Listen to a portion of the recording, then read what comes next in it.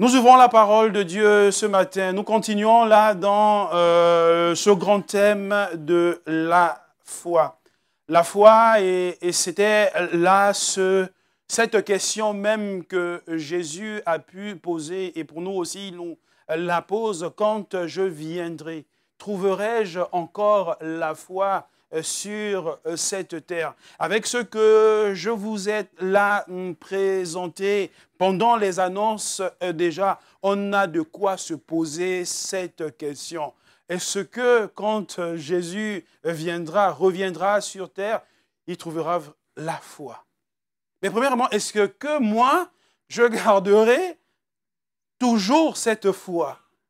Est-ce que j'aurai toujours là ce zèle pour le Seigneur Jésus-Christ? Et j'ai ce matin intitulé mon message « Nous marchons par la foi et non par la vue ». Lisons un passage dans 2 Corinthiens au chapitre 5, les versets 6 et 7.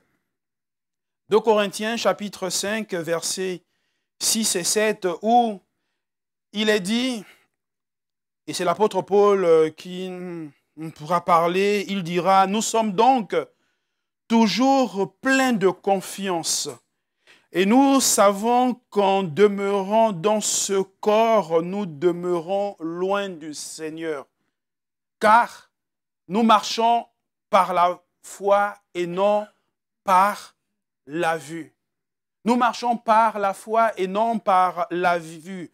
Ce n'est pas naturel, de prime abord je le dirais, naturel de marcher par la foi. Non, ce n'est pas naturel.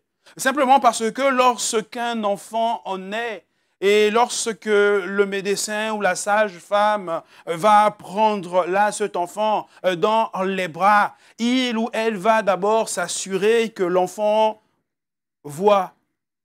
Et la première chose, c'est de prendre cet enfant, mettre cet enfant sur un support, et l'enfant pourra là faire ses gestes comme si l'enfant marchait.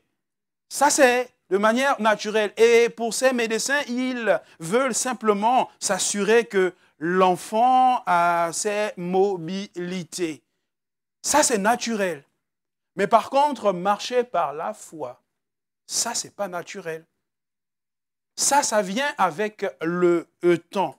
Nous sommes plus enclins là à marcher par la vue que par la foi, ce qui est tout à fait naturel. Et à beau connaître le Seigneur depuis des années et des années, il suffit parfois d'une situation difficile, d'une situation complexe pour que tout à coup nous ne marchions plus par la foi, mais par la vue. D'où la question aussi de Jésus-Christ: quand je viendrai, trouverai-je encore la foi sur cette terre? Situations qui vont venir là nous bouleverser, nous mettre complètement à terre. Et quelque part, ça réagit et nos réactions aussi, au plus profond de nous, ça réagit et à l'intérieur, ça réagit et les actions, les réactions vont avec. Nous verrons alors quelques exemples ce matin, quelques exemples là de personnes qui ont marché par la vue, et d'autres personnages aussi dans la parole de Dieu qui là ont marché non par la vue, mais par la foi. Ceux qui ont marché par la vue, je parlerai premièrement de Saul, par exemple. Cette histoire que nous retrouvons dans 1 Samuel au chapitre 13, le verset 8, quand Samuel là va arriver auprès de Saül après 7 jours, selon ce qu'il lui avait dit là Samuel, Samuel là constatera pardon, que Saül avait offert des holocaustes, ce qu'il ne fallait absolument pas faire. Et il lui posera la question, mais qu'as-tu fait? Dira Samuel. Saul dira, Saul, mais Saül, pardon. Mais lorsque j'ai vu que tu ne venais pas au bout de 7 jours, eh bien, j'ai offert le sacrifice. Tu m'as demandé d'attendre, c'est vrai, mais un jour, ça va, 2, oui, 3, ça commence à devenir compliqué, difficile. Mais au bout de 7 jours, j'ai vu que tu ne venais pas. Tu avais promis venir, revenir. Mais au bout de 7 jours, tu ne venais pas. Alors, ce que j'ai fait, j'ai simplement fait cet holocauste. On a là une personne qui ne marchera pas par la foi, mais par la vue. Par là, la difficulté qui se présentait devant lui. Il ne pourra absolument pas résister. Et les Philistins vont descendre sur moi, pourra-t-il rajouter. Et il dira, tu as agi en insensé. Samuel le lui dira. Tu as agi en insensé. Tu n'as pas là observé le commandement que l'Éternel t'avait donné. Parce que Dieu t'a parlé, parce que Dieu t'a donné un commandement, parce que Dieu s'est penché sur toi. Mais au lieu de regarder à Dieu, au lieu de regarder à ce que lui, il t'a dit, tu as plutôt regardé à la situation, regardé à la difficulté, regardé aux circonstances même présentes. Tu as agi comme un insensé. On a là une première personne qui, au lieu de marcher par la foi, a plutôt marché par la vue. Et c'est à partir de cet instant-là qu'on pourra remarquer que Saül va commencer à descendre. Il va commencer à descendre parce qu'il ne faisait que regarder ce qui est visible, au lieu de regarder à l'invisible. Le deuxième exemple, c'est celui d'Israël. Celui d'Israël est l'histoire du veau d'or. Lorsque là, Moïse pourra aller sur la montagne, s'entretenir avec Dieu, et que le peuple d'Israël était en bas avec Aaron. Aaron ne voyant plus Moïse, se posant des questions de savoir si Moïse était toujours en vie ou pas. Et eux, ils vont là regarder à la situation présente. On lit dans le livre d'Exode au chapitre 32, le peuple voyant que Moïse tardait à descendre de la montagne, s'assembla autour d'Aaron et lui dit, allons, faisons-nous un Dieu qui marche devant nous, car ce Moïse, cet homme qui nous a fait sortir du pays d'Égypte, nous ne savons pas ce qu'il est devenu. Nous ne savons pas ce qu'il est devenu. Israël, voici tes dieux qui t'ont fait sortir d'Égypte. Une fois le veau d'or était constitué, ils pourront là le regarder et se dire, Israël, voici ton Dieu qui t'a fait sortir d'Égypte, le veau d'or. Et c'est vrai que ce veau était en or. Il brillait alors. Et là, c'est tous les regards sur ce qui brille, tous les regards sur ce faux Dieu, les regards alors sur quelque chose de visible et qui était beau.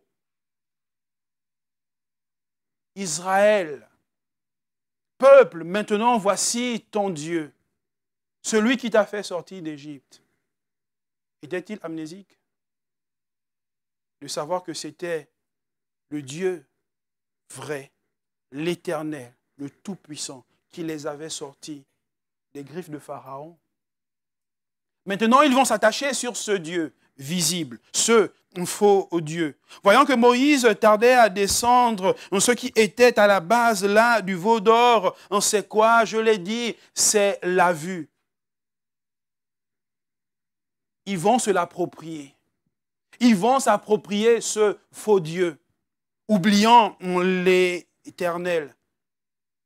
Ils vont marcher, non par la foi, mais marcheront là par la vue, par ce qu'ils verront, par ce qui là était agréable à leurs yeux, agréable aussi pour leurs yeux. Et frères et sœurs, chers amis, parfois aussi dans nos vies, il en est ainsi. Il en est ainsi où, je me rappelle, en décembre, nous avons parlé là des mages, de la magie, etc. Et on le verra les mardis, voilà, originaires de pays d'Afrique où à un moment donné, on croit en Dieu. Et lorsque tout va mal, on se pose la question, mais où est Dieu? Où est-il maintenant?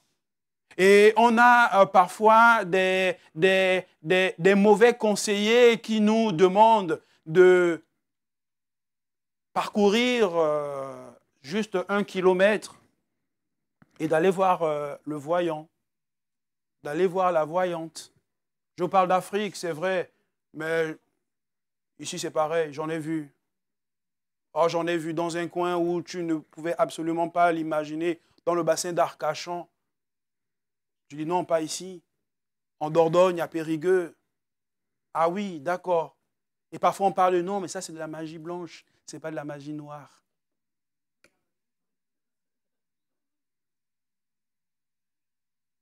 C'est pareil. C'est la même source. C'est le diable. C'est la même source.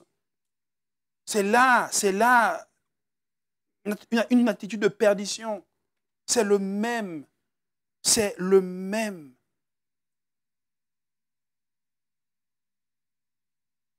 Et c'est triste, c'est dommage de constater que parfois certains chrétiens tombent dedans. À cause de la difficulté, à cause des soucis de ce monde. Et j'ai envie de dire, elle est où la foi? Du moins, je l'ai dit, c'est vrai, mais lui-même Christ, il l'a dit dans Luc chapitre 18, verset 8. Quand je viendrai, trouverai-je encore la foi sur terre? Et alors, on cherche des solutions alternatives. Comme là, ce peuple d'Israël, ils avaient maintenant leur veau d'or. Et nous savons qu'à 1 kilomètre, là, nous avons la possibilité d'avoir des réponses à nos questions. Pouvant là nous approcher de tous ces magiciens, de tous ces faux prophètes, de tous ces démons, je le dis ainsi.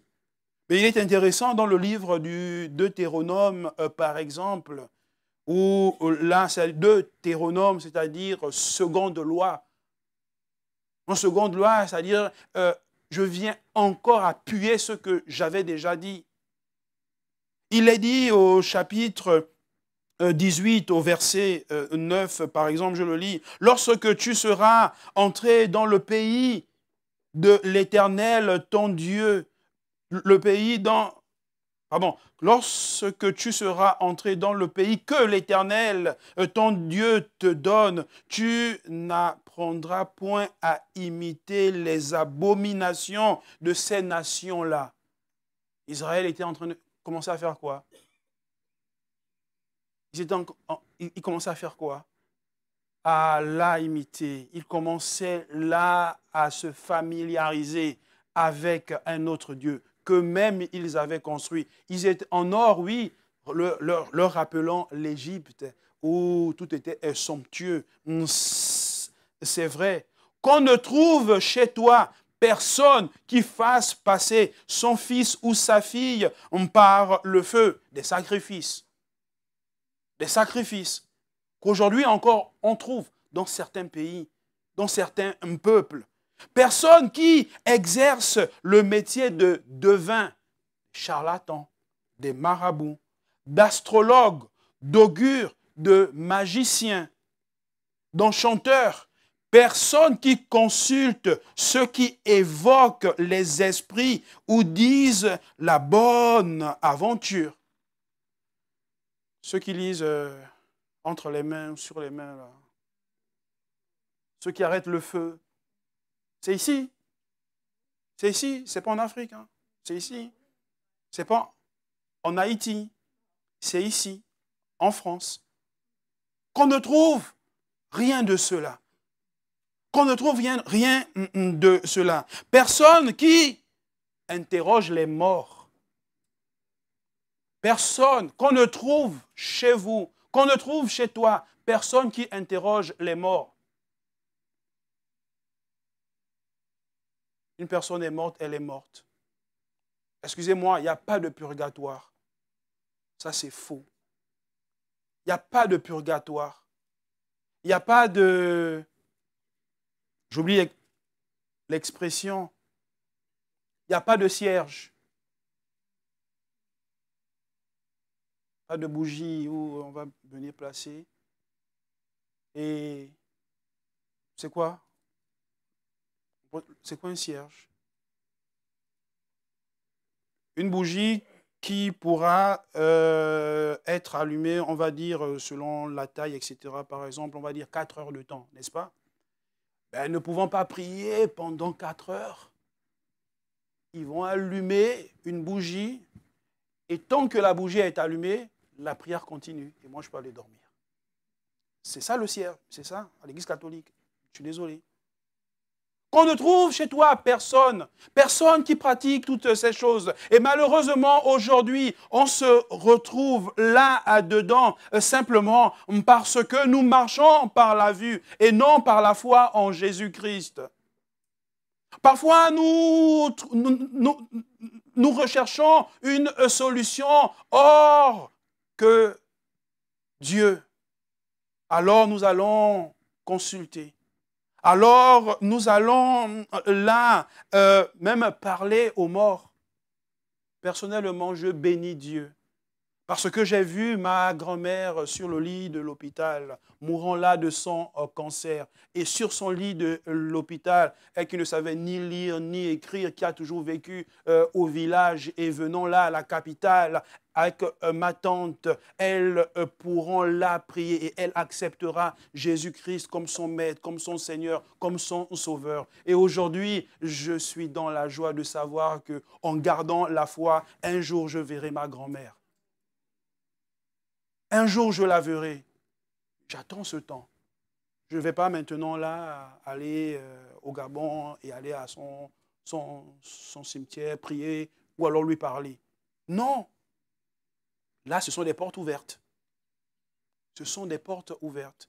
Et on en arrive là simplement parce que oui, on n'arrive plus à faire confiance en Dieu. On n'arrive plus là à marcher avec Dieu. Et il y a là bel et bien les ruses de l'ennemi. Et nous voyons ce troisième exemple même de personnes qui ont marché par la vue et non par la foi. Et cette parole a été donnée ce matin, une parole concernant la séduction.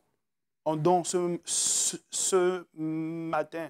Et on a là ce séducteur qui viendra dans la pensée même de Ève. Il est dit dans Genèse 3,6 que la femme vit que l'arbre était bon à manger et agréable à la vue et que l'arbre était précieux pour ouvrir l'intelligence. Seulement, il y aura un invité. Il y aura un invité, l'ennemi qui viendra lui susurrer des mauvaises pensées. Ève, mais aussi Adam ne se sont pas là appuyés. Ils ne se sont pas là appuyés sur ce que Dieu leur avait dit. Ils vont plutôt là écouter ce que le serpent, lui, il avait dit. Elle vit que c'était agréable. Elle vit que c'était agréable. Alors elle va prendre le fruit, qui n'était pas une pomme. Elle va prendre le fruit. Et je pourrais là multiplier des exemples dans la parole de Dieu. Exemple de ces personnes qui, malheureusement, ont marché par la vue et non pas par la foi, par ce que leur avait dit le Seigneur Jésus. Mais Dieu veut nous apprendre à marcher par la foi, mes frères et sœurs. Il veut nous apprendre là à marcher par la foi simplement parce que marcher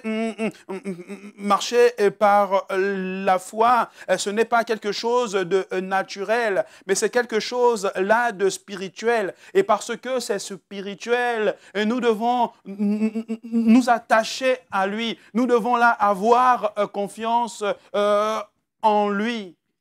Ce n'est pas naturel. Vous me direz, oui, mais c'est difficile. Ce n'est pas facile. Je me pose alors la question de savoir comment les autres font. Comment les autres ont fait. Comment Saul de Tarse, a pu faire. Je me pose la question, lui qui était de la même nature que moi. Et les temps passés étaient plus difficiles qu'aujourd'hui. Comment ils ont fait?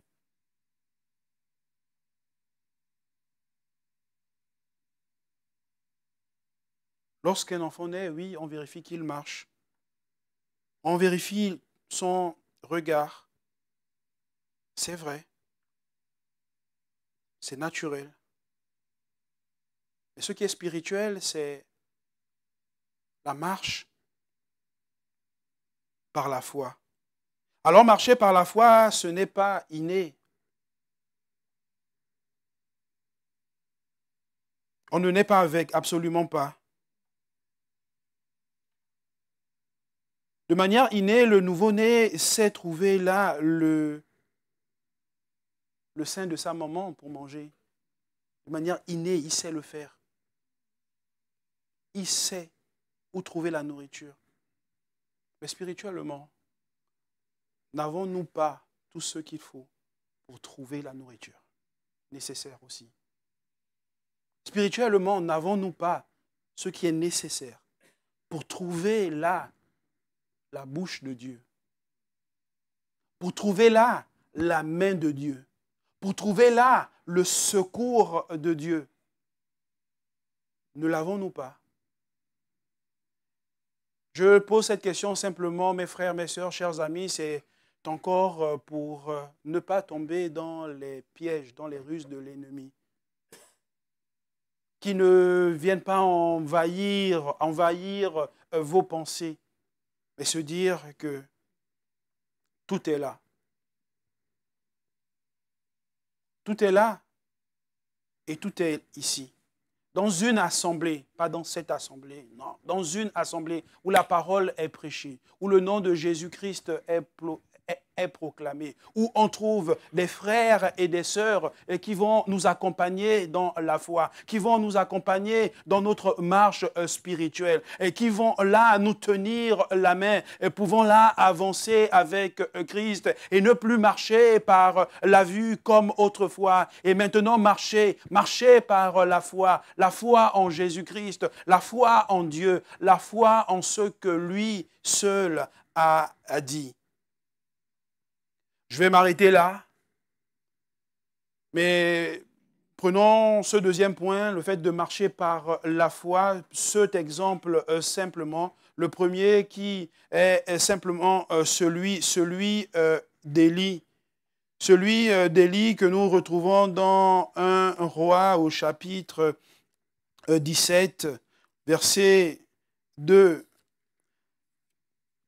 à 10. 1 Roi 17, 2 à 10. Et la parole de l'Éternel fut adressée à Élie en ces mots. Pars d'ici, dirige-toi vers l'Orient et cache-toi près du torrent de Kérit qui est en face du Jourdain. Tu boiras de l'eau du torrent et j'ai ordonné aux corbeaux de te nourrir là.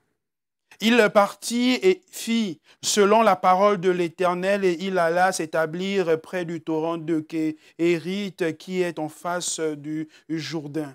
Les corbeaux lui apportaient du pain et de la viande le matin et du pain et de la viande le soir.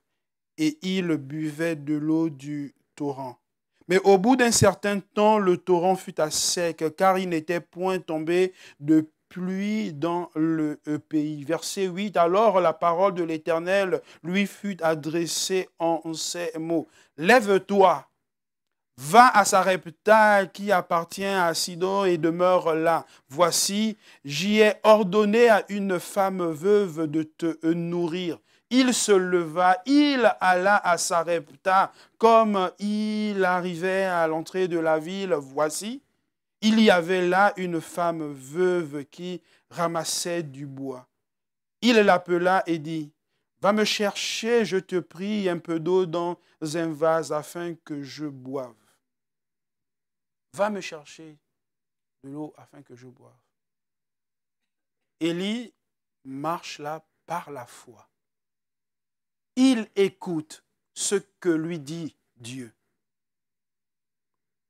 Comment? Mais comment? Il y a quelque chose là d'important, c'est que Dieu lui parle de manière précise. Tu vas aller près du torrent de Kérith. J'ai ordonné aux corbeaux de te nourrir. Ces paroles sont aussi suffisantes pour mettre sa foi en Dieu. C'est lui qui a dit. Alors si tu dis, je le fais, sans réfléchir, sans raisonner. Tu me demandes d'aller à Kérith, je vais aller. Tu me demandes là de m'arrêter, je vais le faire. Marcher par la foi. Ce n'est pas inné. Cela nécessite aussi des efforts. Mais quel est l'effort? Premièrement, cet effort de crier à Dieu en disant, je suis faible. Seigneur, c'est difficile. Je suis tourmenté, je suis attiré par tant de choses. Seigneur, c'est dur. Qui me libérera de ce corps? Qui pourra dire l'apôtre Paul? On est tiraillé, tourmenté. Mais c'est crier à Dieu, mes frères, mes sœurs. C'est crier à Dieu. Seigneur, aide-moi. Tout ce que je veux, c'est marcher par la foi. Non pas par ce que je vois. Non pas par ma capacité de connaître des choses. Seigneur, aide-moi à marcher par la foi. Parfois, je ne vois rien. Mais parce que tu as dit, je vais. Amen. Je vous propose qu'on continue la semaine prochaine. La suite sur le fait de marcher par la foi. Et nous terminerons là, Dieu voulant, par le fait de vivre par la foi. Marcher, oui, on marche par la foi. Oui, le Dieu de victoire habite en moi. Je marche non par la vue, mais par la foi. Amen. Et je veux que cela soit vraiment, non pas un slogan, mais une vérité pour chacun d'entre nous. Je marche par la foi en Jésus-Christ. Et bien plus encore, je vis. Je vis par la foi. Et il y a des personnes comme ça à qui on peut demander, mais au fait, comment tu vis au fait? Comment tu vis? Vous n'avez jamais rencontré des personnes comme ça? Qui n'ont rien, et puis c'est difficile. Comment ils font pour vivre? Comment ils font pour vivre? Par la foi. Ben, c'est Frédéric et Christine qui racontaient lorsqu'ils sont allés à l'île Maurice, ils ont vu des... Waouh! Et puis, je vous invite comme ça à faire des missions. Des missions pour voir les réalités spirituelles. Comment ces chrétiens vivent? On vit par la foi. Ah oui. On vit par la foi. Marcher, d'accord. On peut marcher et trébucher. Oui. Mais le fait de marcher et trébucher, marcher et trébucher, à un moment donné, on s'affermit. À un moment donné, le Seigneur est là. Il nous fortifie. Et comme une tortue, là, notre carapace devient forte. Elle est là, elle prend de large. Et puis, on marche. Où les difficultés qui sont autour ne nous impressionnent plus. C'est vivre par la foi. Et alors Jésus pourra le dire, lorsque je viendrai, trouverai-je encore la foi? Et nous voulons répondre, oui Seigneur, tu trouveras la foi. Tu me trouveras gardant encore la foi, ce dépôt que tu as mis dans ma vie, ce dépôt que tu as mis dans mon cœur. Oui Seigneur, je prie pour que mon frère, pour que ma soeur, pour que ma voisine, pour que mon enfant vive aussi et cela par la foi. Amen. Seigneur, merci pour ta parole. Seigneur, merci pour ton amour, pour ta présence. Merci pour la foi. La foi, Seigneur, qui suscite tant d'émerveillement, en sachant que rien n'est inné, mais en nous basant sur ta parole, sur ce que tu as dit, sur tes recommandations, nous voulons avancer, nous voulons marcher et ne pas nous arrêter sur des faux dieux, nous arrêter sur le veau d'or, nous arrêter, Seigneur, sur le fait nous-mêmes d'être des des petits dieux. Nous voulons, Seigneur, nous arrêter uniquement sur toi, Jésus-Christ.